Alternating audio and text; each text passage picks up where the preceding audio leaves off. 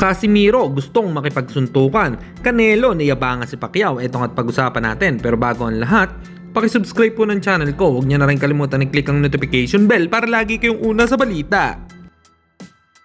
Pag-usapan nga po natin mga kaboxing, sinabi ni Canelo Alvarez sa kanyang interview patungkol kay pambansang kamao Manny Pacquiao kung naglaban daw sila noon ay hindi daw tatagal si Pacman ng 6 na round kay Canelo Alvarez. Dagdag pa nga nito, hindi daw kakayanin ni Pacquiao ang kanyang kamao kaya knockout talaga ang sasapitin ni Pacquiao.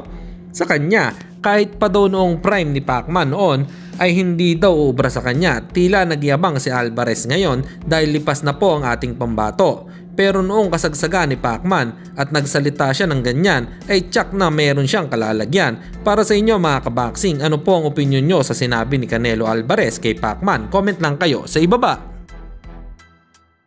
Samantalang anak ni pambansang kamao Manny Pacquiao na si Eman Bacosa ay panalo sa naging laban nito kay Perez via majority decision. Medyo po nahirapan dito yung anak ni Pacman dahil magaling din yung kalaban, talagang nakikipagsabayan din, kaya sa nangyaring iyan ay dapat mag-ensayo pang mabuti si Eman Bacosa dahil nasa kanya nga po ang spotlight ng mga tao dahil sa anak ito ni pambansang kamao Manny Pacquiao.